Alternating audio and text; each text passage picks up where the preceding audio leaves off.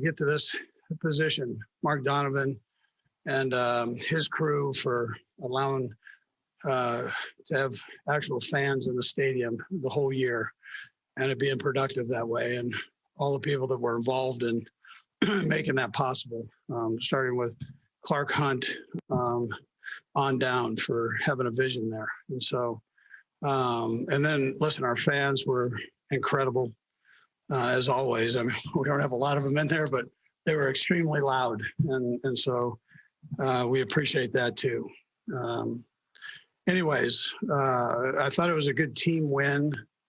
I thought all three coordinators had a nice plan, and the coaches did a nice job with it, and then the players, most of all, believed in it and went out and executed and played their tail off. And so what a great opportunity for Kansas City and for the organization to have the opportunity of going back to Tampa and playing the home team there, the Tampa Bay Buccaneers, in their stadium, which is the first time that's ever happened with a team. So, listen, we're honored to be there, and we've got work to get done before we have an opportunity to get down there. So, anyways, with that, by the way, I'm also very proud of where the Buffalo Bills are and Sean McDermott and the great job that he's done. It's great for the National Football League. It's great for the city of Buffalo to have the Bills back like they are, and they're a heck of a football team. And Sean's a big part of that, obviously. So anyways, with that, time's yours. Let's go first to Adam Teicher. Go ahead, Adam. Hey, Andy, a couple things. Is Fisher's Achilles injury, is it a tear? We think so. We haven't got that far with it, but it doesn't look good, I'll tell you. Okay. I'm glad that's the only thing that you had to ask me. No, I actually have a football question, too. All right, good. Pat had a lot to overcome this week. When did you know that he just wasn't going to play, but he was going to play as well as he did today? Yeah, I mean, listen, he came out and he practiced. He did a great job with it all week. He was on a limited basis early with protocol that he was having to deal with. and yet he just kept positive with it. He did just what he told you guys he did. He stayed positive with every part of it, whether it was the toe, whether it was his head, the protocol, the things that he had to do with that. And, he worked his way through it. I'll tell you, I think the trainers and he had a good plan for the toe. I mean, that was an amazing looking thing after our last game and how black and blue it was. And within a day, the trainers and Pat, with his diligence of taking care of business at his home too, with the game ready machine, they were able to get that swelling and the black and blue out, and which really allowed him to recover quite a bit quicker. We'll go next to Sam Mellinger. Go ahead, Sam.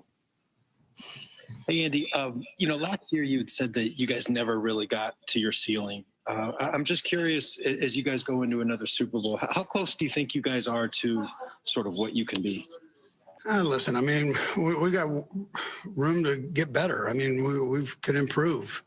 We had a couple of things that went a little haywacky today, but we stayed on course and we did a lot of good things. So we did more good things than bad things. But this job's a little bit like, and I'm talking about players and coaches, like being a farmer. And the work's never done. You can always work to get better and as a team. So that's what we're going to do here the next couple of weeks. We're playing a heck of a football team in the Buccaneers. Let's go next to Herbie Teope. Go ahead, Herbie.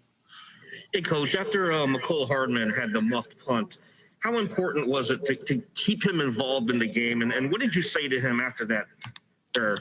Yeah, so listen, just bear down, focus in, man. Just watch it all the way into the tuck, basic fundamentals. And Dave is one who talked to him about all that and got him going. Greg Lewis talked to him. So, and then he was thrown back out there and given another chance. So, and he's made plays for the last couple of years since he's been here. He's made plays. And so that was, he had a muff and keep him in and let's go, right? So that's what we did. Herbie, Doug got it. Let's go next to Aaron Ladd. Go ahead, Aaron. Coach, I mean, a crazy 2020 with the pandemic and an election on top of everything. Your locker room, the guys in there have offered a sense of normalcy to this city. Is there anything that you can kind of wrap your head around that and offer for that? Yeah, listen, I mean, we feel bad for the people that have suffered from this and some have lost their lives, but we also know that a positive can come out of this and something for people that are suffering a little bit to live for. And so I think that's been a real plus for the guys and for the city. I mean, and probably, listen, if you look at the National Football League right now, it's probably great for the nation and it gives them hope. And that's right now, that's what we need. And you know, stay safe and move forward. Let's go next to Pete Sweeney. Go, Pete. Coach, congrats on the win.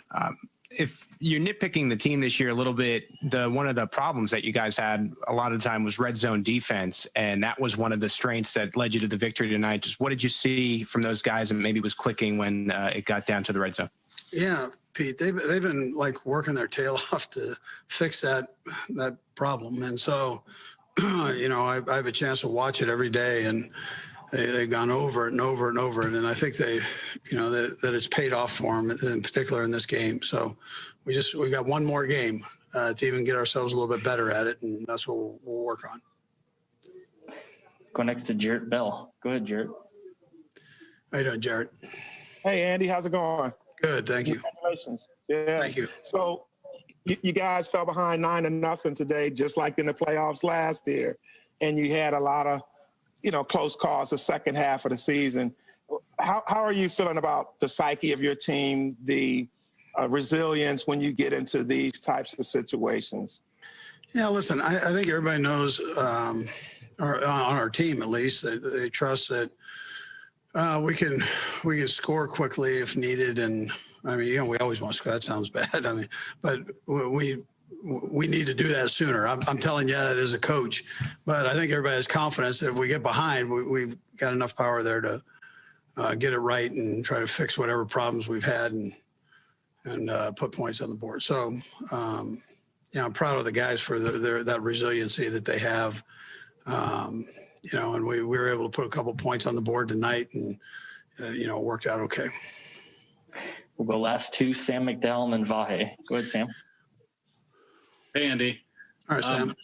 I'm wondering, you know, I realized that pretty quickly your focus will shift to Tampa Bay, but I'm wondering if you could appreciate just the magnitude of a Mahomes versus Brady matchup there.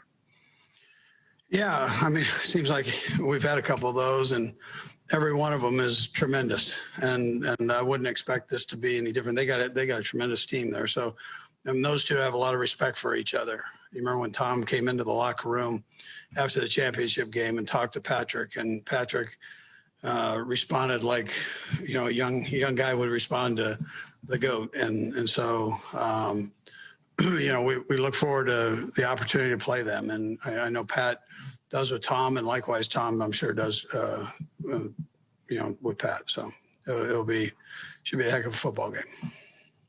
We'll go last to Vahe Gregorian. Go ahead, Vahe. Hey, Andy, congratulations. And Brad, I'll try to have a quick follow-up too. But I wonder, Andy, if you could just describe what this says about Patrick to you know, be certainly not able to do everything all week fully. I know he did most things, but just how what testament this is to what he gives you, I guess, in a new way. Yeah, well, listen, you guys are seeing him grow right in front of you here. So he's a homegrown right here in Kansas City for the National Football League part of it. And I think you're seeing the steps that he's taken. And I sit there and I'm an old guy that's seen a couple pretty good quarterbacks, and I just keep going.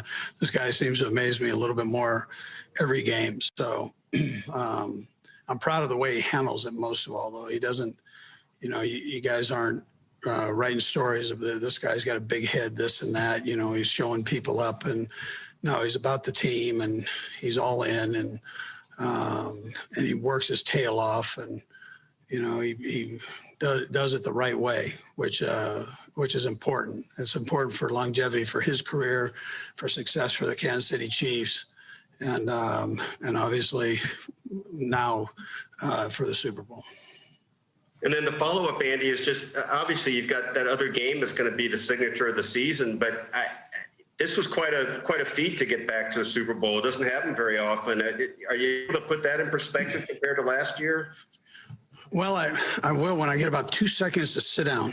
That's what I'm going to sit there and I'm going to go, doggone, how about this one? Vahe, man alive. This is better than, almost beating Miami that year when we were at Missouri. They were number one in the country, and we had them right there. It took Colorado. I'm bringing you back on history here. It took Colorado 5 downs to beat us. I remind Eric Bieniemy of that all the time. But I will when I have a chance to sit down and think